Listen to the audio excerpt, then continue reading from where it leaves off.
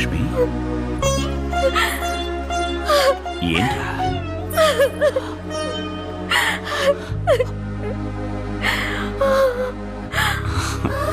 ఊరుకోమ్మా, ఊరుకో. అయిన వాళ్ళందరినీ వదిలి అత్తారింటికెళ్ళే ప్రతి ఆడపిల్ల ఇలా బాధపడడం సహజం. ఈ బాధ సంతోషంలోంచి వచ్చిందే కానీ కష్టాల్లోంచి వచ్చింది కాదు. నా చెల్లి కోరుకున్న వాడికిచ్చి పెళ్లి చేసి పంపిస్తున్నందుకు నాకెంత సంతోషంగా ఉందో తెలుసా? అయినా నీకేం తక్కువరా?